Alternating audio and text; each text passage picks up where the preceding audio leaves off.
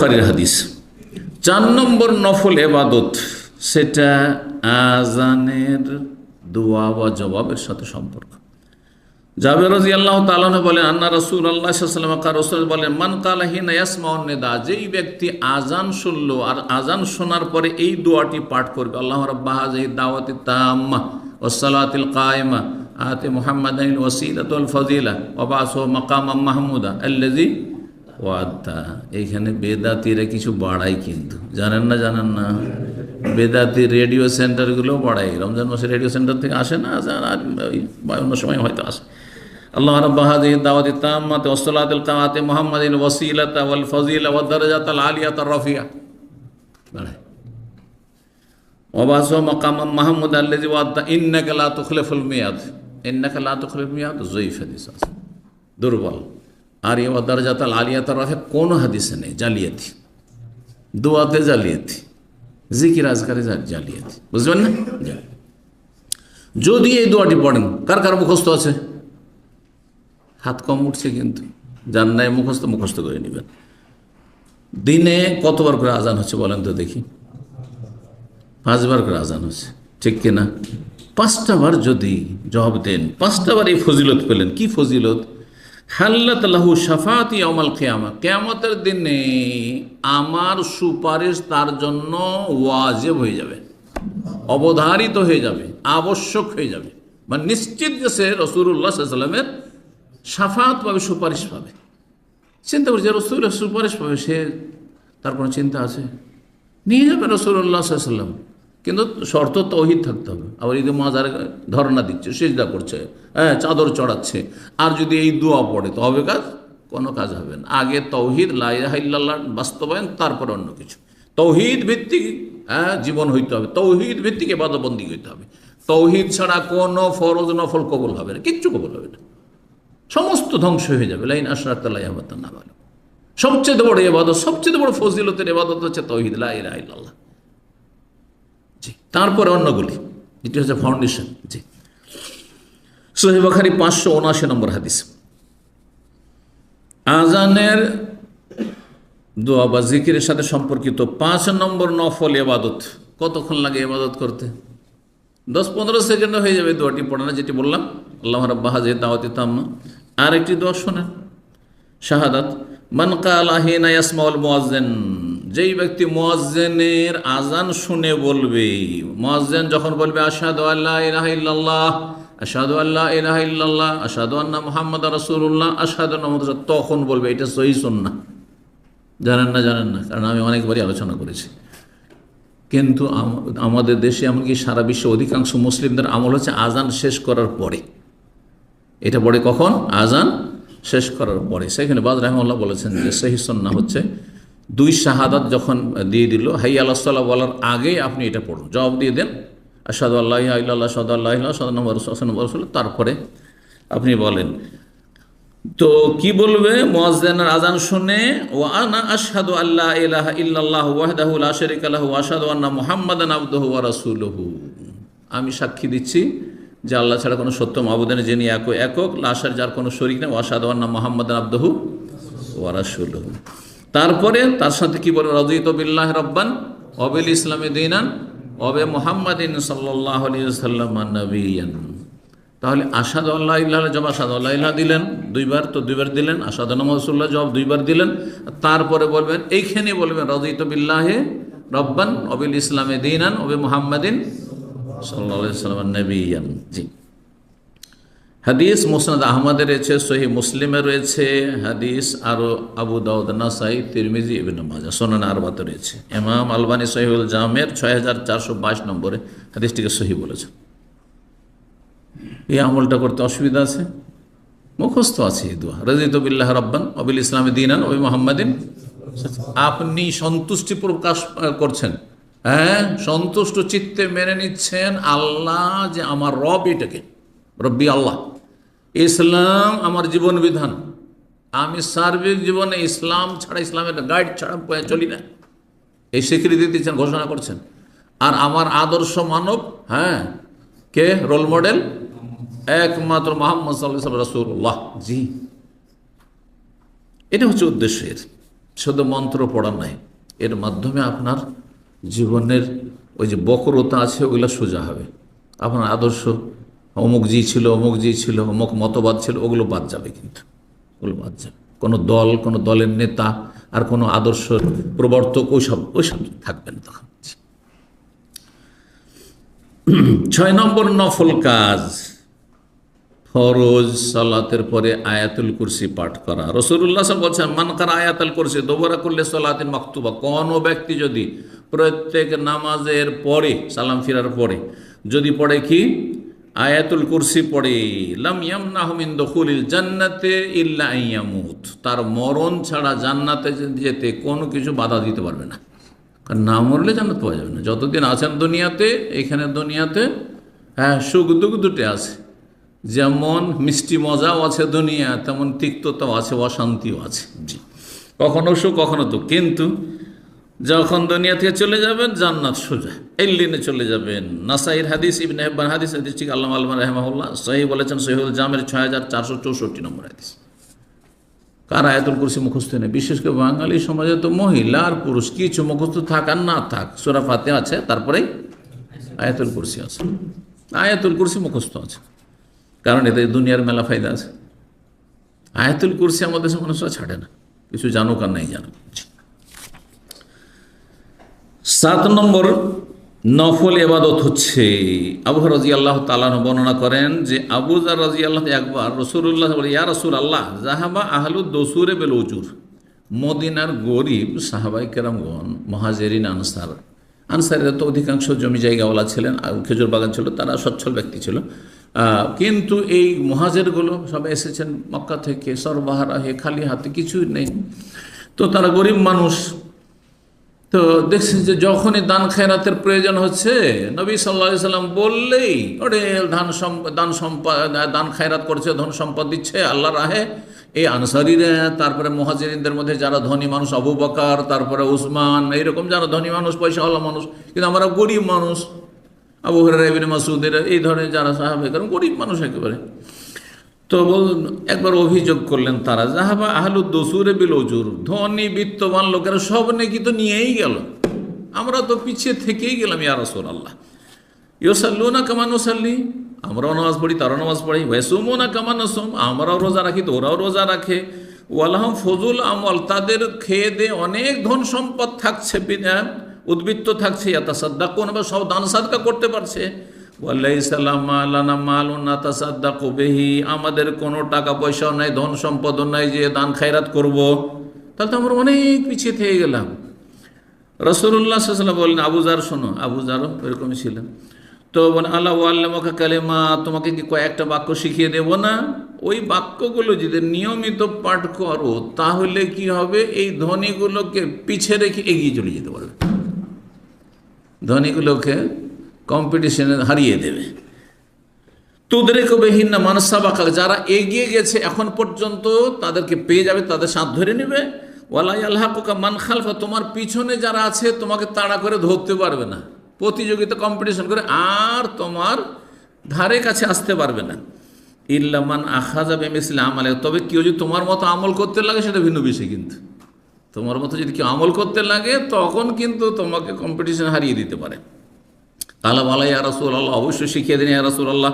কালা তুকাব্বিরুল্লাহ আযজা ওয়া জাল্লা দুবরা কুল্লি সালাসান ওয়া সালাসিন, প্রত্যেক ফরজ সালাতের পরে 33 বার করে আল্লাহু আকবার বলবে, ও তাহমাদুহু সালাসান 33 বার আলহামদুলিল্লাহ বলবে, ও তুসাব্বিহু সালাসান 33 বার করে সুবহানাল্লাহ বলবে। আগে বলেন পরে বলেন, অসুবিধা নেই। হাদিসে কি এলো, আগে আল্লাহু আকবার, তারপর আলহামদুলিল্লাহ, তারপরে সুবহানাল্লাহ, জায়েজ আছে। কিন্তু প্রসিদ্ধ যে হাদিস তাতে আগে তসবিহ সুবহানাল্লাহ, তারপরে আলহামদুলিল্লাহ, তারপরে আল্লাহু আকবার। কারণ তসবিহ মানে দোষ মুক্ত করা, তো যুক্তি তো বলে আগে দোষ ত্রুটি থেকে মুক্ত করেন, তারপরে তখন অলঙ্কৃত করেন। যেমন আপনার শরীরে ঘেমে আছেন আর তারপরে একটু গন্ধ আসছে, আগে গোসল করে পরিষ্কার পরিচ্ছন্ন হয়ে, হ্যাঁ, ত্রুটি মুক্ত হয়ে, তারপরে তখন আতর, সেন্ট আর লোশন আর যা লাগাবার, ঠিক কিনা? তো আল্লাহ রাব্বুল আলামিনের তসবিহ পাঠের মাধ্যমে দোষ মুক্তির ঘোষণা করলেন, সমস্ত দোষ ত্রুটি থেকে আল্লাহ মুক্ত। তারপরে আল্লাহর গুণগান, যিনি দোষ ত্রুটি থেকে মুক্ত তার গুণগান করছি, হামদ সানা, প্রশংসা করছি। আর তারপরে বড়ত্ব, বড়ত্ব তারপরে, মহত্ব তারপরে ঘোষণা করছেন। তো এটা বেশি ভালো, কিন্তু জায়েজ রয়েছে। নবী সাল্লাল্লাহু আলাইহি ওয়াসাল্লাম আর একটি হাদিস হচ্ছে যে লা ইয়াদুররুকা বিআইয়িহিন্না বাদাআতা, যে কোনোটা দিয়ে শুরু করতে পারো, যে কোনোটা দিয়ে শুরু করতে পারো। যে এতে 4টি জিকির রয়েছে, এই 3টি, আর তার সাথে লা ইলাহা ইল্লাল্লাহর জিকির যাতে রয়েছে। জি, আল্লাহর কাছে সবচেয়ে প্রিয়বান। তো রাসূলুল্লাহ যখন শিখিয়ে দিলেন, কতটি হলো? 33 করে, হ্যাঁ 99 হলো। ওয়াতাখতামুহা বিলা ইলাহা ইল্লাল্লাহ ওয়াহদাহু লা শারীকা লাহুল মুলকু ওয়া লাহুল হামদু ওয়া হুয়া আলা কুল্লি শাইইন কাদির। এইটা দিয়ে সমাপ্তি করবে, মানে 100টা পুরো তামামুল মিআত, অন্য হাজার 100 পূর্ণ করবে। লা ইলাহা ইল্লাল্লাহ, আল্লাহ ছাড়া কোনো সত্য মাবুদ নেই, ওয়াহদাহু, যিনি একে একক, যার কোনো শরীক নেই, সমস্ত প্রশংসা তার, আর সব কিছুর সার্বভৌমত্ব তার, এবং তিনি সর্বশক্তিমান। যদি এটা পড়ো কি হবে? গোফেরাত লাহু যুনুবহু ওয়ালাউ কানা মিসলা জাবাদিল বাহরি, তার গুনাহগুলি, যে এই তসবিহ করে তার গুনাহগুলি মাফ করে দেওয়া হবে, মাফ করে দেওয়া হবে, যদিও তার গুনার পরিমাণ সাগরে যত ময়লা আবর্জনা রয়েছে আর যত খড়কুটো রয়েছে তার সমপরিমাণ হোক না কেন। সুবহানাল্লাহ। আবু দাউদের হাদিস, আল্লামা আলবানী সহিহুল জামের 7821 নম্বরে হাদিসটিকে সহিহ বলেছেন। এ আমল করছেন তো? এই আমলটা প্রায় করছেন, আলহামদুলিল্লাহ। তো এই একটি নফল ইবাদত। 8 নম্বর নফল ইবাদত, সেটি হচ্ছে সলাতুদ দোহা। সলাতুদ দোহা মানে আমাদের দেশে কি বলা হয় সেটাকে? ফার্সি ভাষায় চাস্তের নামাজ। হ্যাঁ, দোহা মানে পূর্বাহ্ন বাংলায়। হ্যাঁ, চাস্ত ফার্সি শব্দ, দোহা চাস্ত পূর্বাহ্ন একই, বাংলায় পূর্বাহ্ন, ফার্সিতে চাস্ত। ওই সময়টি বলা হয় চাস্তের সময়। আর দোহা হচ্ছে আরবি দোহা ওয়াল্লাইলি সাজা। পূর্বাহ্ন কোনটাকে বলা হয় বাংলা ভাষায়? এটা কে বলবেন একজন দেখি, কোন সময়টিকে পূর্বাহ্ন বলা হয়?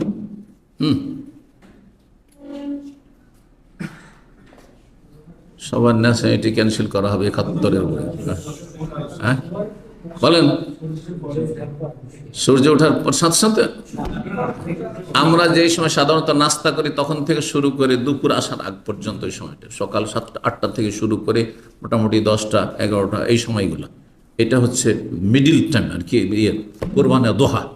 দোহা আর দুপুর হলে তখন তো জাহিরা বা জোহর হয়ে গেল তখন। হ্যাঁ, তারও বিভিন্ন নাম আছে।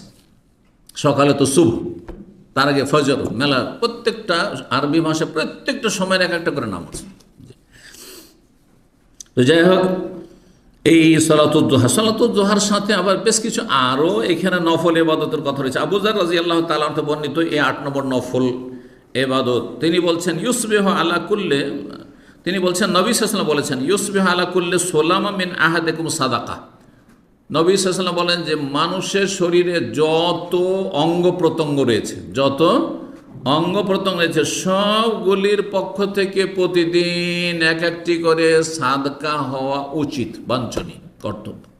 আপনাকে আল্লাহ এত সুঠাম সুন্দর শরীর দিয়েছেন, আর কত যে এতে গ্রন্থি রয়েছে, আর কত, হ্যাঁ, তাতে পার্টস রয়েছে, এগুলির কি হক আদায় করছেন আপনি?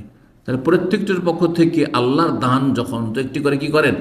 হক আদায় করেন, আপনি হক আদায় করেন। জি, বলছেন যে প্রতিদিন এই অঙ্গগুলির পক্ষ থেকে সাদকা হওয়া উচিত। ফাকুল্লু তাসবিহাতিন সাদাকা, একটা তসবিহ করলেন, এটা একটা সাদকা হলে একটা অঙ্গের হইল। কুল্লু, একটি আলহামদুলিল্লাহ বললেন, সাদাকা হয়ে গেল। কুল্লু তাহলিলাতিন লা ইলাহা ইল্লাল্লাহ বলেন, সাদাকা হয়ে গেল। কুল্লু তাকবীরাতিন সাদাকা, আল্লাহু আকবার বলে সাদাকা হয়ে গেল। আমরুন বিল মারুফের সাদাকা, ভালো কাজের একটা কাউকে উপদেশ দিলেন, ভালো কাজের কথা বললেন, সেটা সাদাকা হয়। নাহি আনিল মুনকার, অন্যায় কাজে কোনো জায়গাতে বাধা দিলেন, প্রতিবাদ করলেন, অত উপদেশ দিলেন এই কাজটা করতে নেই, সেটা সাদাকা হয়ে গেল। আর তারপরে এই এক একটা করে সাদাকা করতে করতে গোটা শরীরে কতটি অঙ্গ আছে? 360টি। এই 360-এর কথাটি হাদিস আছে, আসছে হাদিসটি। তো তাহলে মেলা আমল করতে হবে একটা একটা করে করলে, তাই না? আর সংক্ষেপে যদি আপনি 360টি অঙ্গের একটা কাজ দিয়ে সাদকা হক আদায় করতে চান, তাহলে কি করতে হবে? রাকাতান, 2 রাকাত নামাজ পড়ে নেওয়া এই সমস্ত অঙ্গ প্রত্যঙ্গের পক্ষ থেকে সাদকার জন্য যথেষ্ট।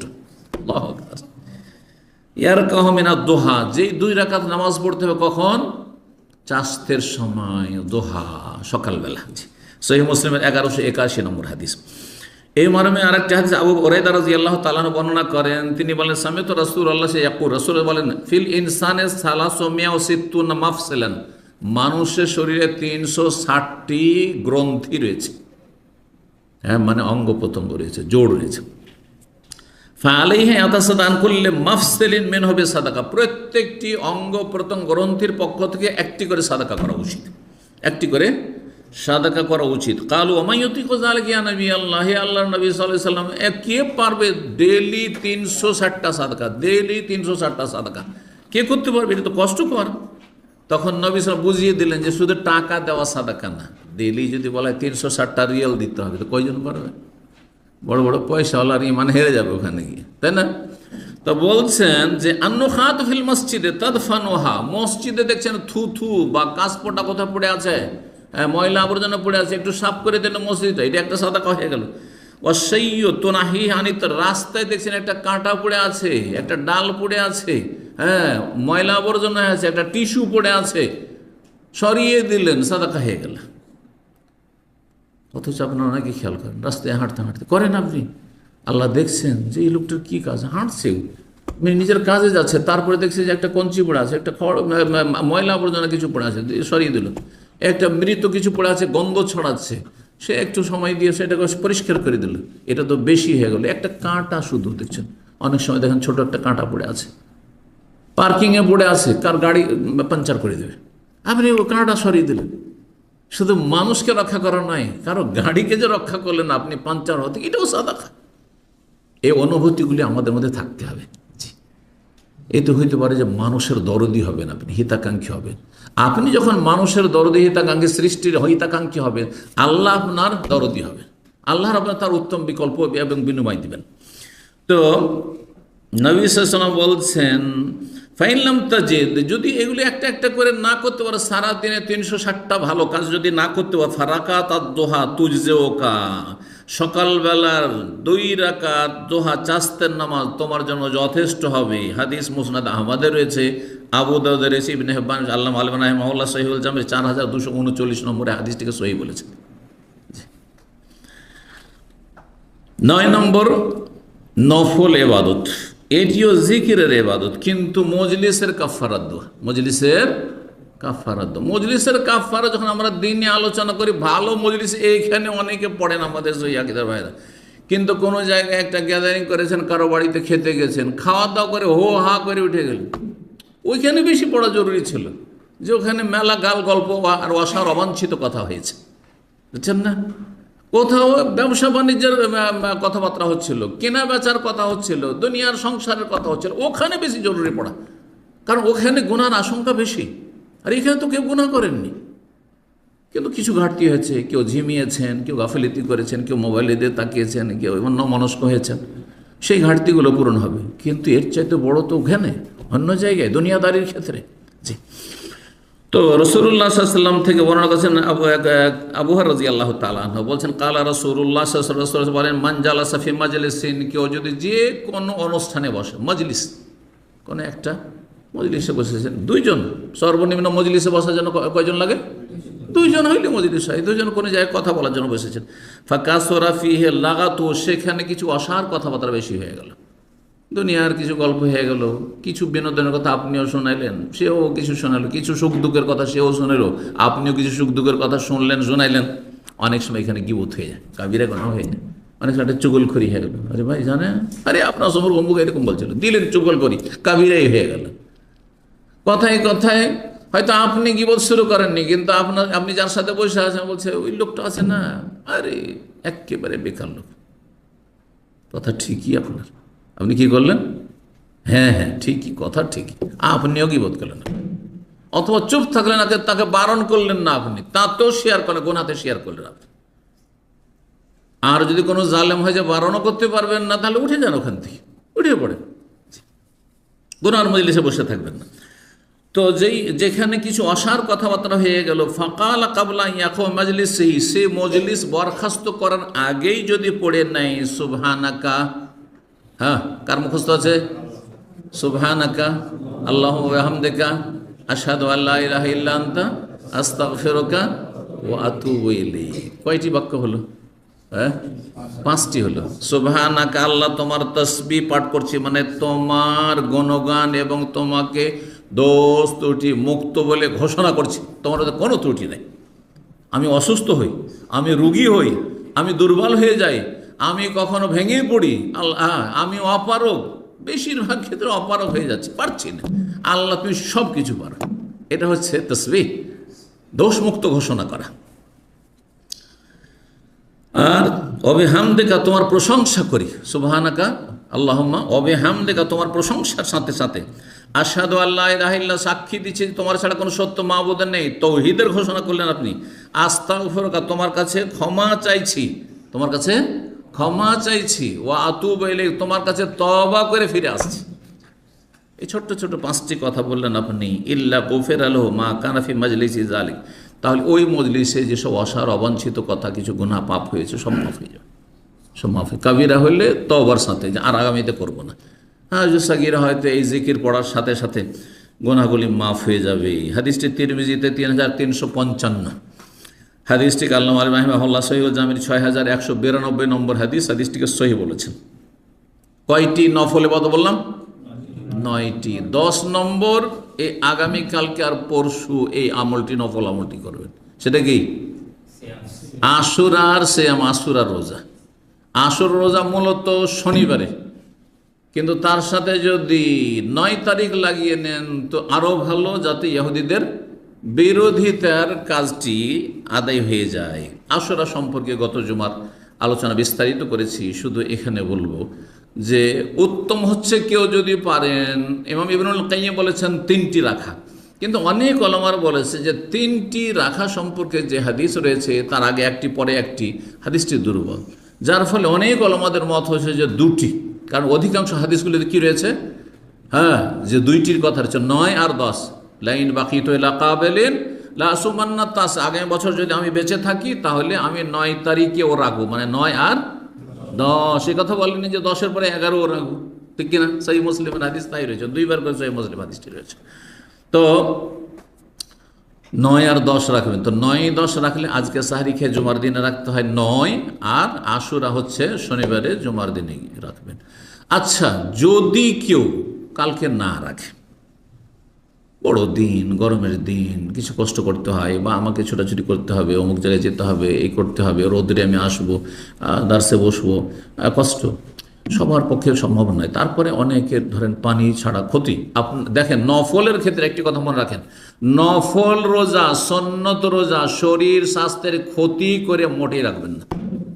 আমাদের এক ভাই ছুটি গেছেন, এখন খুব নিয়মিত এখানকার ছাত্র, আমি নাম বলছি না, সে দেখি যে সোমবার বৃহস্পতি রোজা ছাড়ে না, আর তার কিডনিতে পাথর। 6 মাস আগের কথা বলছি আমি। কিডনিতে পাথর, মাঝে মাঝে তার ব্যথা করে, ডাক্তারের কাছে যায়। ও ভাবে যে সোমবার বৃহস্পতি একটা নেকি কাজ, নফল কাজ শুরু করেছি, তো আমি ছাড়বো না।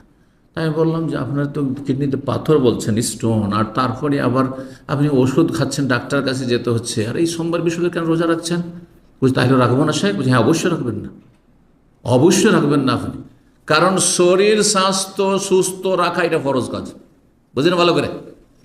শরীরকে সুস্থ রাখা ফরজ। আপনি আমি যদি সুস্থ থাকি, আমার মাধ্যমে আমার ফ্যামিলির পরিবারে যত সব উপকৃত কিনা? আপনার এই একটা লোকের রোজগারে কত লোকের ফায়দা হচ্ছে বলেন?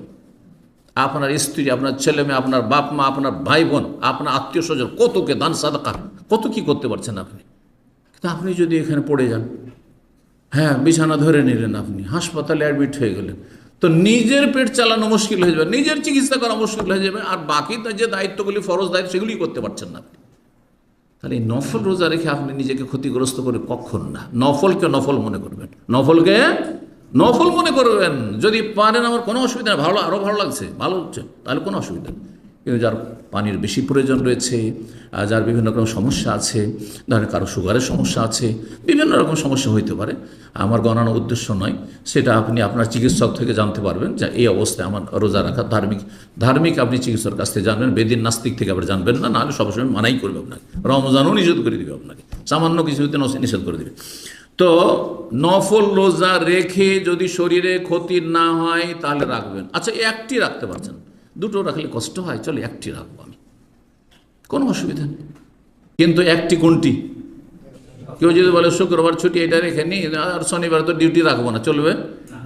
নফল হইল, কিন্তু আপনার আশুরা রোজা হইল না। আশুরা কোনটি? আশুরা মানে আশারা, 10ই মহরম হচ্ছে এবার শনিবারে। তাহলে যারা একটি রাখবেন, ডিউটি আছে, পারলে রাখবেন, না হলে রাখবেন না, শনিবারে শুধু রাখবেন। আর একটি রোজা রাখলেই কি ফজিলত পাবেন? ইউকাফিরু সানাতাল মাযিয়া, গত 1 বছরের সগীরা গুনাহ মাফ হয়ে যাবে। তার সাথে যদি তওবা করেন তো কবিরাও মাফ হইতে পারে, কিন্তু তওবা করতে হবে, আর করব না। আল্লাহ যেন বোঝার তৌফিক দান করেন। এই 10টি নফল ইবাদত বললাম, আল্লাহ যেন আমাদের আমলের তৌফিক দান করেন, এবং আমলের জন্য আমাদের শারীরিক, মানসিক, সার্বিক আল্লাহ রাব্বুল শক্তি যেন দান করেন, এবং ঈমানি শক্তি তার আগে আল্লাহ যেন দান করেন। আল্লাহ আমাদেরকে কবুল করেন, রুজিতে বরকত দান করেন, বালা মুসিবত থেকে আল্লাহ হেফাজতে রাখেন, দিন দুনিয়া ভালো করেন, জান্নাতুল ফিরদৌস দান করেন, জাহান্নামের আযাব থেকে, কবরের আযাব থেকে আল্লাহ রাব্বুল আমাদেরকে যেন হেফাজতে রাখেন।